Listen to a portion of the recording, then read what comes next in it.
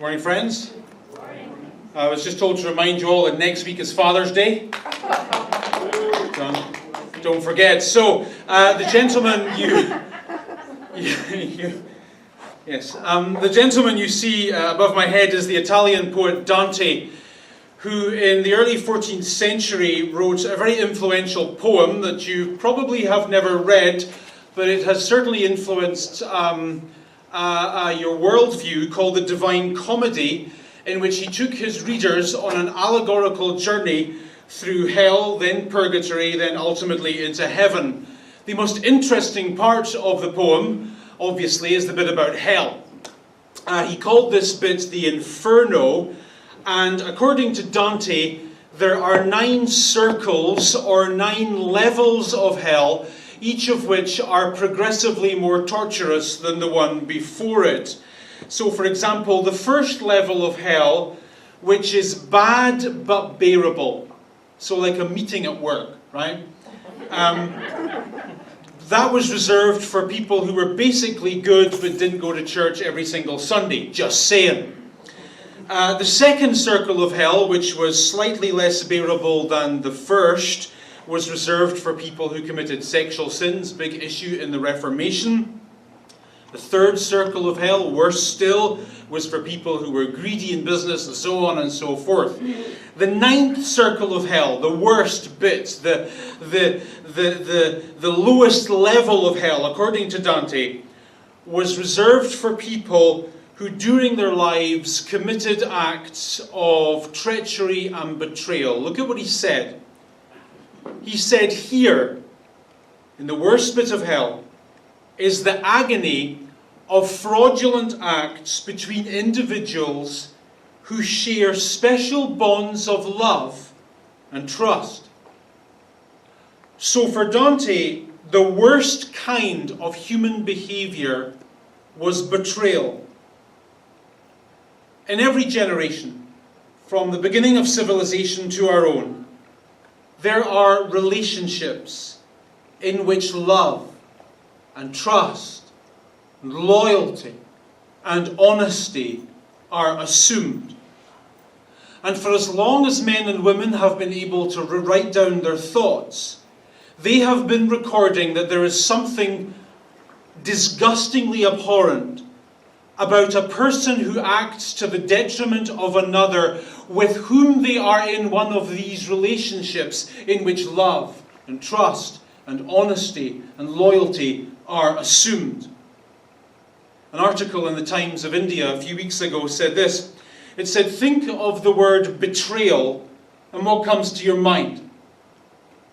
A traitor who sells his country's nuclear secrets, someone who leaks sensitive military information, a trusted party member who defects to another group, leaving you one short of a majority?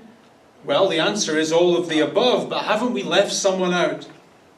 Someone who was once a great friend of ours, and who is now at the top of our most hated list. A close friend who has hurt you in a way that you find hard to forgive and forget. Many of us in this room, maybe all of us in this room, have had this experience of being hurt by someone from whom we had a legitimate right to expect love and trust, loyalty and honesty.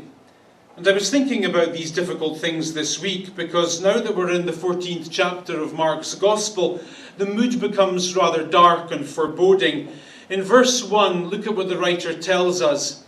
He says that the chief priests and the teachers of the law were looking for some way, any way will do, but some way to arrest Jesus and kill him.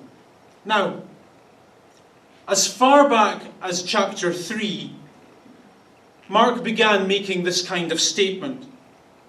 They were looking for a way to get rid of Jesus, to ruin him, to destroy him. And the chronology between chapter 3 and chapter 14 is about 2.5 years. So these people in this sentence have been nurturing dark thoughts for a long time. For 2.5 years, they've been exploring mulling over in their minds how they can ruin Jesus, how they can stab him in the back. And for 2.5 years, while they've been thinking all that, the words that have been coming out of their mouth have been Jesus, teacher, rabbi, friend. Disgusting. And this particular sentence oozes with intrigue, doesn't it? It literally reads in first century Greek, they were looking for a cunning way to arrest Jesus and kill him. And the reason they have to do it cunningly is because, of course, as teachers of the Bible, they're really not supposed to be thinking about how they can kill people. Like, I've been in ministry for almost 20 years now, and I can honestly say I have never once thought about killing anyone in my congregation. The day isn't over yet. But so far that's been the way. They're supposed to be teaching people the Bible. They're supposed to conduct themselves with some semblance of ethics and morality. That's what you would think when you listen to their words. But what's really going on in their head is dark and nasty. Furthermore, since the year 6 AD, when Judea became a Roman province, they weren't allowed to kill anyone. In 6 AD, the right of capital punishment was removed from the Jewish state and reserved solely for the Roman governor. So when this verse says that they were looking for some way, any way will do, to arrest Jesus and kill him, what it actually means is they were looking for some way to arrest Jesus and kill him without it looking like they were trying to arrest Jesus and kill him. They were trying to ruin him but pin the blame on someone else. I don't think it gets sneakier than that. And that's one of the worst things about being betrayed, isn't it? Remember what it was like? The person who did you wrong didn't just do you wrong. That would have been bad enough. But what made it worse was that the person who did you wrong actually planned to do you wrong. And long before they dropped the bombshell on you, they were planning on how they could do you wrong. They thought about what they were going to do. They planned how they were going to do it, and they picked the perfect time. What they did wasn't the only thing that hurt you. What really hurt you was the way that they did it. And the issue that particularly concerns these people in their sneakiness, notice, is that Jerusalem is about to celebrate the feast of Passover and unleavened bread. And the reason this is of concern to them is because the population of Jerusalem in the first century is about 50,000 people. However, during major religious festivals, and Passover is the biggest of them all, the population swells from 50,000 to about 250,000. And the majority of those 250,000 religious devotees who cram into Jerusalem every Passover are doing so to celebrate being delivered from oppression in Egypt thousands of years earlier. That's what Passover is about. Every year we get together and we celebrate God sending us a deliverer who delivered us from our oppression. And most of the 250,000 people who are celebrating Passover in Jesus' day find it somewhat incongruous to be celebrating a deliverer thousands of years earlier when they really need a deliverer today to deliver them from the Romans. And it really grated them that they celebrated deliverance while they were under oppression. It just seemed wrong to them somehow. And so for that reason, every single year, in Jesus' lifetime at least, these pilgrims come to Jerusalem and they're just angry. It's hot. The heat makes you angrier. Like if it was cool in the Middle East, there wouldn't be any Islamic terrorism. I believe that. It's just angry. Seriously, in the hot season in India, the murder rate goes up. Don't know if that's relevant, but summer's coming up. Right? So they come to Passover, it's hot, they're angry, they're upset, they're politically agitated, and these cunning, sneaky teachers of the law, the priests, the preachers, the pastors, they know this. And they also know that Jesus is popular. And they also know that among the 250,000 pilgrims in Jerusalem, most of them think that Jesus is the deliverer. And many of those pilgrims come from Galilee. And people from Galilee have a reputation for being quick-tempered and hot-blooded. And so they know they're in dangerous ground here. They know that if they make a move on Jesus, who many of these angry people think is the deliverer, there's going to be a riot. And if there's a riot, there'll be a clampdown from the Romans. And that'll be just bad for business. Hence the need for cunning. And you know the worst thing about sneaky people?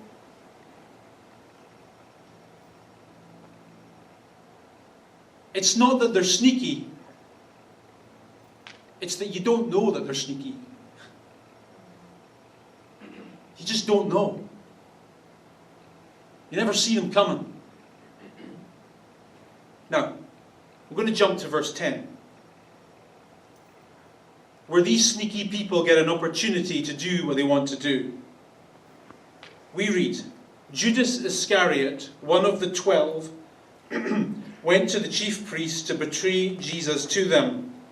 They were delighted to hear this. How can you be delighted by someone's demise, by the way? What's wrong with people? And they promised to give him money. So he watched, exactly the same word as verse 1, it means cunning. He watched for an opportunity to betray Jesus. For me, I think this is the coldest sentence in the gospel. Judas, as you know, was one of Jesus' closest friends. He'd lived with him, travelled with him, been close to him for 3 years. And it's an obvious thing to say, but it needs saying, I think. You don't get hurt in life by your enemies. Right? When someone in your life whom you know to be an idiot acts like an idiot, you don't throw up your hands and say, "Oh, that's a surprise, they acted like an idiot." That's not how it works. Only your loved ones can do this to you. Only your friends. Only the people whom you have quite naturally and quite admirably let into your heart, only they can betray you. Outsiders cannot. And to an outsider looking in on the relationship, Jesus and Judas are close as close can be. 2,000 years of negative Christian spin have, quite rightly, left us with a negative view of Judas. But to grasp the pain and the agony of this story, we have to remind ourselves that Jesus and Judas were close. In the words of Dante, they shared a bond of love and trust and loyalty and honesty. And it is with remarkable economy of words then that Mark says that this man with whom Jesus shared these special bonds went to Jesus' worst enemies, people who were looking for a way to kill him, and for a small fee colluded with them. Now, we're not told ever the reason for this collusion. I don't think it was money. If I were to guess, I would say that Judas had become increasingly disappointed with Jesus, particularly over recent weeks and months. According to ancient Christian tradition, Judas was a member of the Zealot organization, an organization who, as I've taught you many times, passionately and violently opposed the Roman occupation of Israel. And if this tradition is correct, and it almost certainly is, we can presume that the reason Judas was so attracted to Jesus 3 years earlier, and the reason he was so happy to sign up with Jesus 3 years earlier, was for the wrong reasons. He had assumed that as Jesus spoke about the kingdom of God around the shores of the Sea of Galilee, Jesus was speaking about an armed rebellion against Rome, and about a road that would lead to happiness and freedom and prosperity and a better life for everyone. Because to a zealot, that's what the kingdom of God always meant. And he would have further assumed that in the early days, as Jesus was gathering larger and larger crowds to him, that he was going to lead those crowds in an armed rebellion against the Roman government in Jerusalem. And bearing that in mind, think how disillusioning the last few weeks of Jesus' ministry must have been for this man. Because instead of speaking about an armed rebellion against Rome, Jesus has been speaking about the opposite. He's been speaking about giving his life. He's been speaking about losing, not winning. He's been speaking about surrendering, not victory. He's been speaking about suffering and dying. Instead of talking about the restoration of the Jewish nation state, he's been speaking actually about its destruction. And the statement that Jesus made over supper that we looked at last week about the destruction of the temple, the epicenter of everything that was Jewish, the symbol of everything these zealots hoped for, speaking about that being destroyed by Rome must have been the final straw for Judas. And so, disillusioned with the relationship, he doesn't just walk away, which would have been disappointing but reasonable. He has to destroy. What is that about our humanity? We can't just be decent. We have to destroy the thing that we've become disillusioned with. I know that many of you have experienced this. So ugly, so nasty.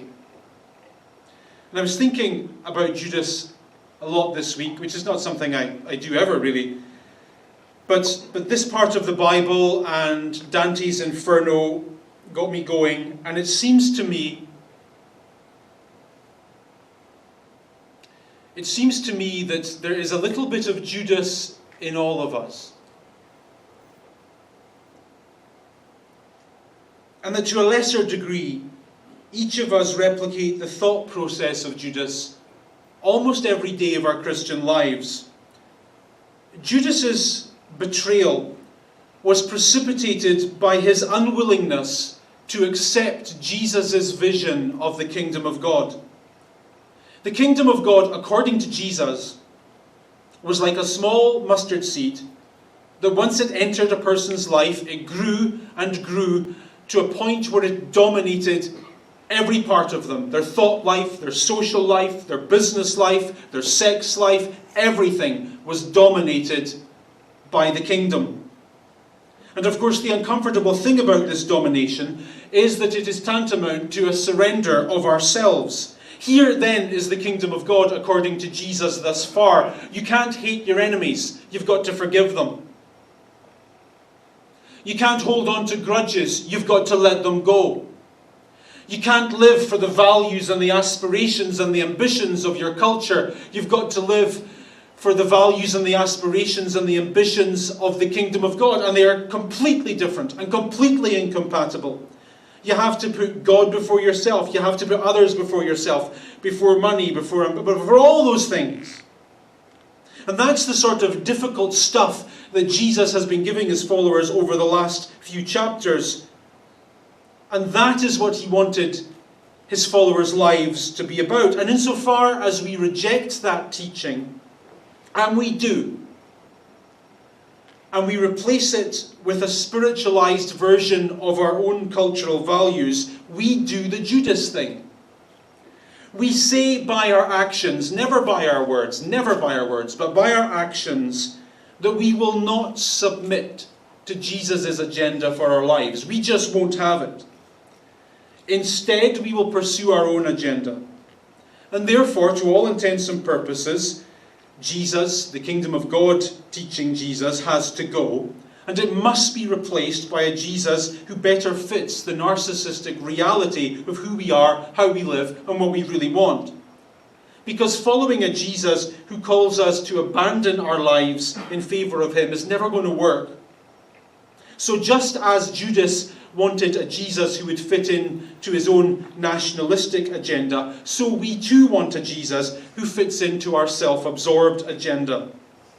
We want a Jesus who makes us feel good about who we are. We want a Jesus who values the same things that we value, who overlooks the failing areas of our character. And insofar as the Jesus of the Bible is just not like that, we in our own way, each of us quietly and subtly, get rid of him. And that's the sort of thought process that I think Judas is going through. And into that rather dark story, in between verse 1, which talks about Bible teachers wanting to kill Jesus, and verse 10, which talks about one of Jesus' friends helping them kill Jesus, Mark inserts a seemingly unrelated story about a woman. Verse 3. While he was in Bethany, reclining at the table in the home of a man known as Simon the leper. Pause. I feel bad for Simon the leper. Why couldn't Mark just say Simon? Why did he have to draw attention to his skin condition? Seems unfair to me. Simon the fat. Simon the bald. Simon with the flaky face. It's so unchristian. Anyway, so picture the scene. Jesus, in the custom of the ancient Near East, is having a meal, and in the customary fashion of the time, he's lying on cushions around a low table. Reclining with him are his host, Simon. He's probably in the corner, so bits of his face don't fall in the buffet. And as is usual in the ancient Near East, there are no women at this meal. The women would have been in another room, preparing the meal or eating separately. Think how quiet the meal must have been. As a rule, it's Father's Day next week, remember. As a rule, the only time a woman in this culture would enter a scene like this would have been to either bring the food or to entertain the guests, I suppose. And so for that reason, it would have been completely noteworthy for Mark's original audience to be told that a woman enters the room and she's carrying in her hands an alabaster jar of very expensive perfume made of pure nard. Now you can tell it was a man who wrote this, can't you? He doesn't just say she was carrying perfume, he's got to mention the price. And when men talk about women's stuff, it's always expensive. I personally think all perfume and aftershave is expensive. Surely there's a cheaper way of smelling nice. And one of the things that really annoys me actually about things like perfume is that when you pay for it, you're not paying for the actual product, you're really paying for the advertising of the product, right? You know this. Yeah. So so when you buy Estee Lauder, for example, when you spend $85 on a bottle of Estee Lauder, the $85 doesn't represent the cost of the product, it represents the cost of hiring Liz Hurley and putting her in a glossy magazine all over the world. That's what you're buying. Similarly, when you buy a Burberry raincoat, you know the reason it's $900 for a Burberry raincoat is, that's not what the kids in Vietnam charge to make them. It's the cost of hiring Kate Moss and putting her in glossy magazines all over the world. Adidas running shoes, exactly the same. When you buy yourself a pair of Adidas running shoes, you're not buying Adidas running shoes, you're buying David Beckham's new Ferrari. You're welcome. However, in the ancient world, the value of a product was directly related to the availability and the production cost of the product. Mark tells us that what this woman has in her hands is nard. Nard, which comes from a plant of the same name, only grows in the ancient world in the foothills of the Himalayas. And in the 1st century, the Himalayas are a long way from Israel. So obviously a rare product, manufactured half a world away, for which there is a high demand, is also ridiculously expensive. And indeed, later in this story, we learn that this particular jar of perfume is worth a year's wages. Can you imagine carrying a year's wages in your hands? A Rolex watch would not be a year's wages. A Louis Vuitton handbag would not be a year's wages. A bottle of Chateau Latour would not be a year's wages. This is an expensive thing she's carrying. And Mark says it's in an alabaster jar. It's fragile. So she walks into the room carrying a year's wages, and everyone's like, oh, don't drop it. Careful. And since women in the 1st century tended not to have private incomes, I have to assume that the perfume in this jar isn't really perfume. It's perfume in name only. It's not for dabbing on her neck. What she's carrying here is her nest egg. It's her investment. It's her rainy day fund. It's her family heirloom. In the ancient world, there are no RSPs. And so for that reason, people tended to invest in commodities.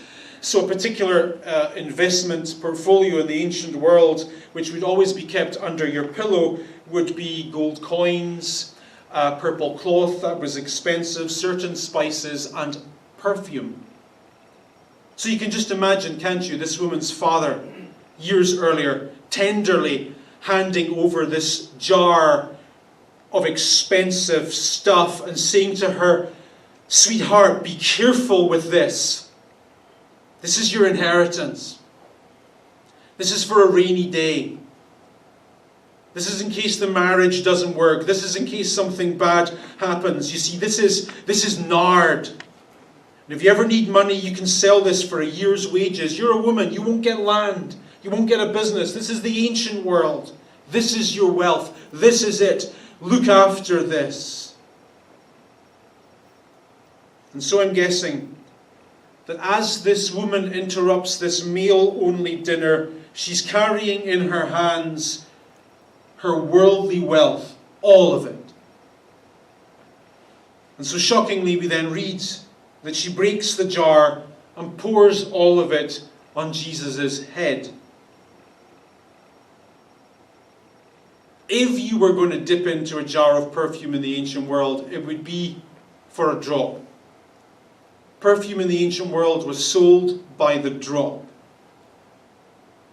This woman, rather than doing a drop, pours all of a year's wages onto Jesus, and the rest of the guests, sensible as they are horrified. Look at what Mark tells us. Some of those present were saying indignantly to one another, "Why the waste of perfume? It could have been sold for more than a year's wages and the money given to the poor." And they rebuked her harshly. Nice.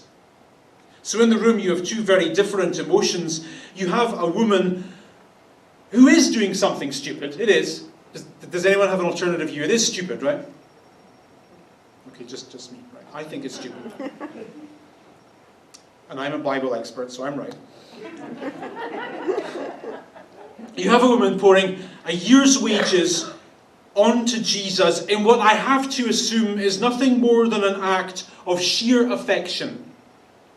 As she does this, she's thinking to herself, this is Jesus.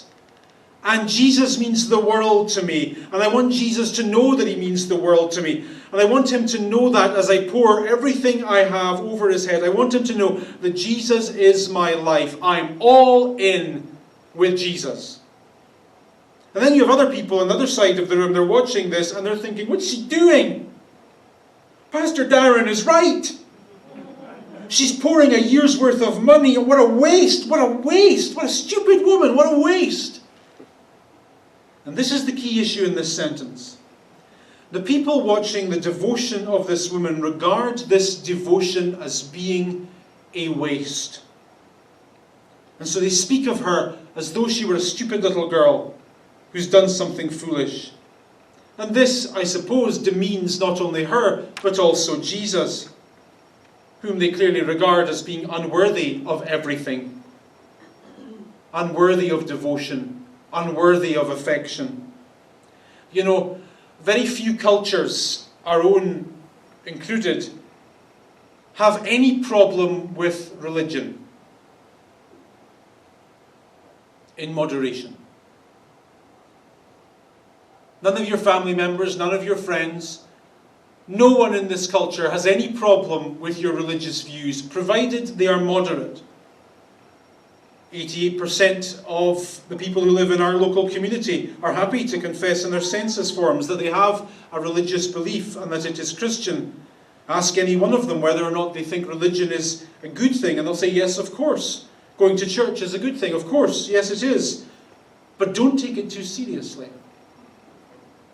Don't get too much religion. Don't let it get into your life. Don't let it change the way you think, the way you behave, the way you do business, the way you do relationships.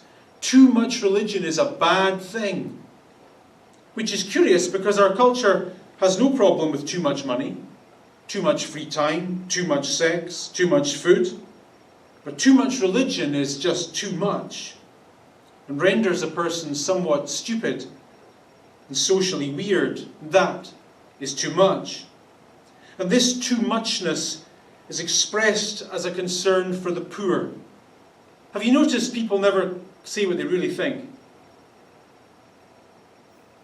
They just think she's stupid and wasting money. And no one likes to see money being wasted.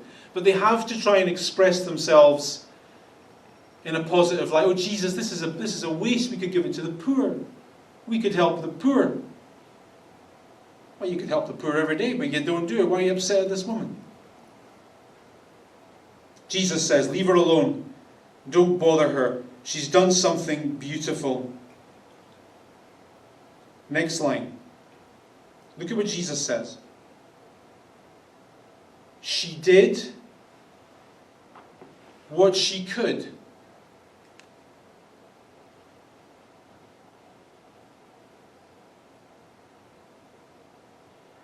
I reckon that would be a pretty good funeral line.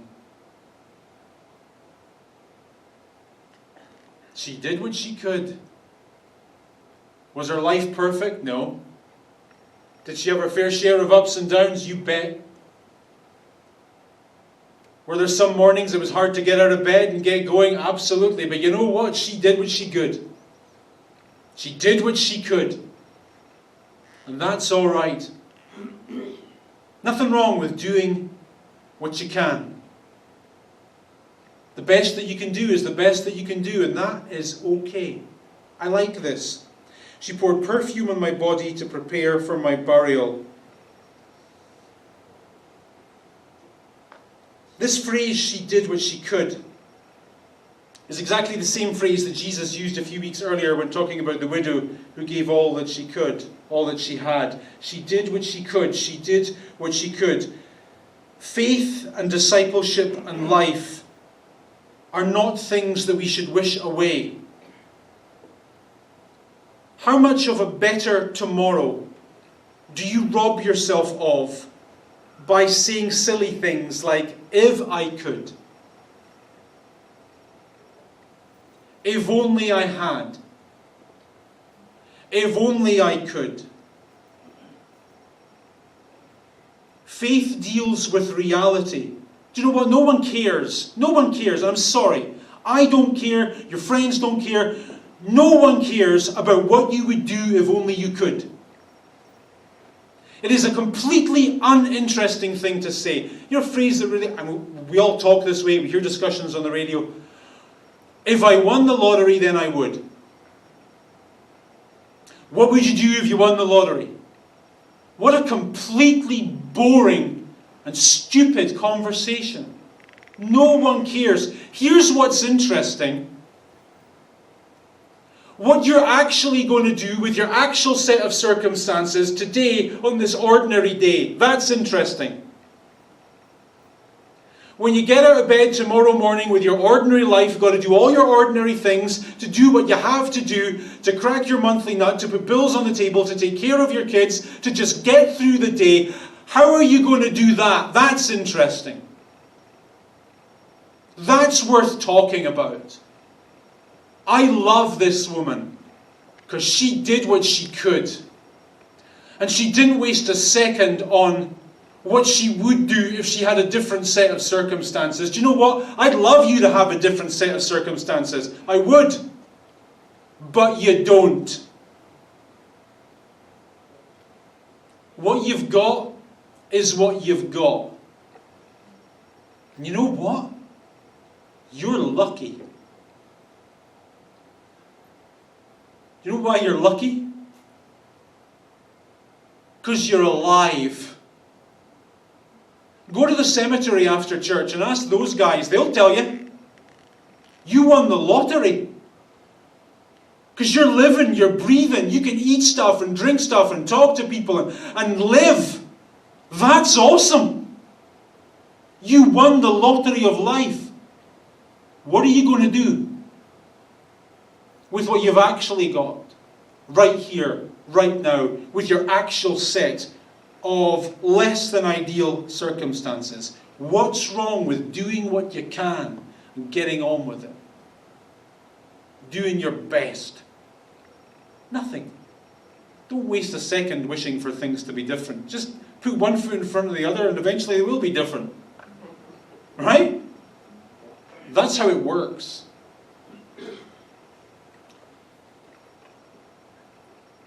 Anyway, I didn't mean to nag you. Sorry. Next sentence. Look at what Jesus says. I tell you the truth. Wherever the gospel is preached throughout the world, what she has done will be told in memory of her. And so it has been, and so it was this morning. This is an amazing statement coming as it does from the ancient world. We are often told by unthinking people that Christianity is chauvinistic, paternalistic, and all that nonsense. It is factual nonsense, because here we have a statement coming from antiquity, from a culture in which women were actually second-class citizens, where women were actually thought to be of lesser importance than men, and yet in several places in the Gospel, the writers following Jesus' lead are very, very careful to say the real examples of Christianity aren't the men in the story. The men in the story are doing everything wrong and making all the mistakes and being sneaky and nasty and blind. The people you should be like are the women in the story. And here's one. All in. Not talking nonsense, not being silly, just doing it, getting on with it, and being sheerly and utterly devoted to Jesus. Be like her. No text in the ancient world ever talks like this, but ours does. I like it is so affirming of women. Next Sunday's Father's Day.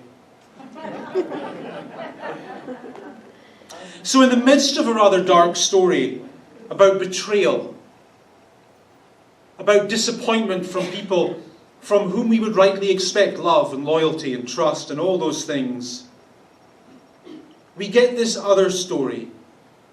And in it we find a way forward for our own journey. Because our circumstances are similarly often dark and disappointing and difficult. They just are. And in the midst of all that, the call for us is not to wish for things to be different. Of course we do.